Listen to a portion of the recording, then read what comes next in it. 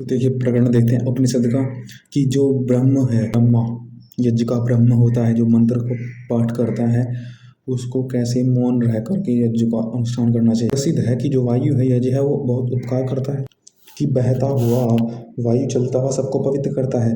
इसलिए यही यज्ञ है, उस यज्ञ के मन और वाणी दो मार्ग हैं।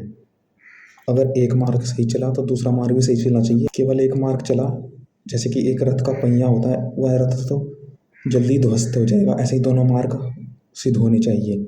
एक मार्ग है वाणी का मार्ग है मन, माइंड, वो भी तो सही होना चाहिए। तो इसमें कह रहे हैं कि कैसे वे दोनों एक साथ होंगे। ब्रह्म दोनों मन में से एक मार्ग को शुद्ध करता है। ब्रह्म का काम है मन को शुद्ध करना, दूसरे मार्ग को भी लेकर के चलना, अर्थात होता, अधर्वी और उद्गार, ये तीनों दूसरे मार्गों को शुद्ध करते हैं।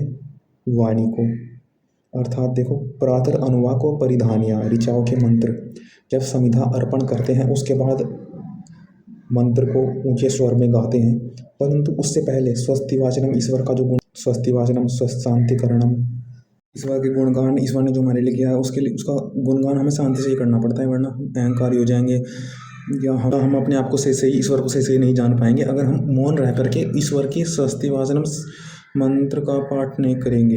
ईश्वर को याद सुबह से प्रातः अनुवाक हम मौन रह करके यज्ञ ब्रह्मा को करना चाहिए, जिससे कि यज्ञ सफल हो, अन्यथा यज्ञ नष्ट हो जाएगा।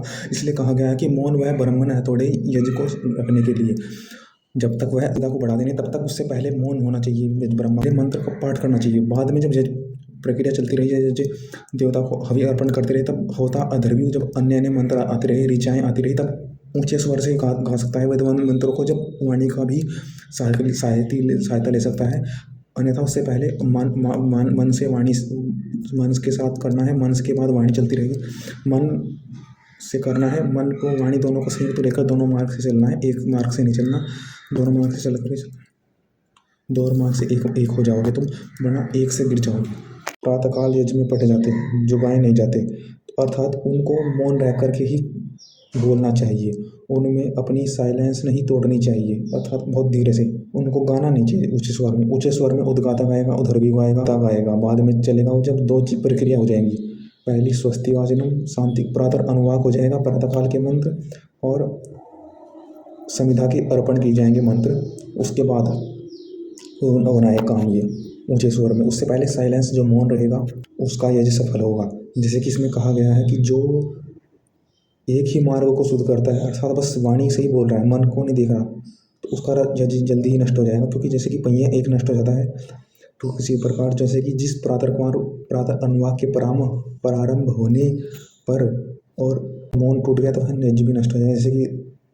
जैसे कि उसको यजमान नष्ट हो जाएगा, उसको पाप लगेगा, वह यज्ञ करेगा पापी होता है। जो अपने मौन को, जो ईश्वर के मंत्र है उनको साइलेंस से, उनको मौन रह कर के जो भी गाता है, इसलिए मौन होके गाए। जो मौन होके नहीं ऊंचे स्वर में गा रहे हैं, ईश्वर के प्रातःकाल, ईश्वर के मंत्र भी, ईश्वर के गुणगान भी, जो मन से नहीं गा रहा उसका मन शांत रहेगा, चाहे वो वाणी कितनी ऊंची बोल ले, क्योंकि मन ईश्वर के मंत्र प्रातः अनुवाक मन से धीमे गति से सिर्फ बोले जाते हैं, उनको गाया नहीं जाता इत्यादि। तो शांत होकर जो ब्रह्म यज्ञ करेगा वह शांति होनी चाहिए मन में, जैसे कि फिर मन भी उसके साथ वाणी के साथ संयुक्त हो, वाणी बोले मन शांत होना चाहिए, तभी तो वो यज्ञ सफल होगा।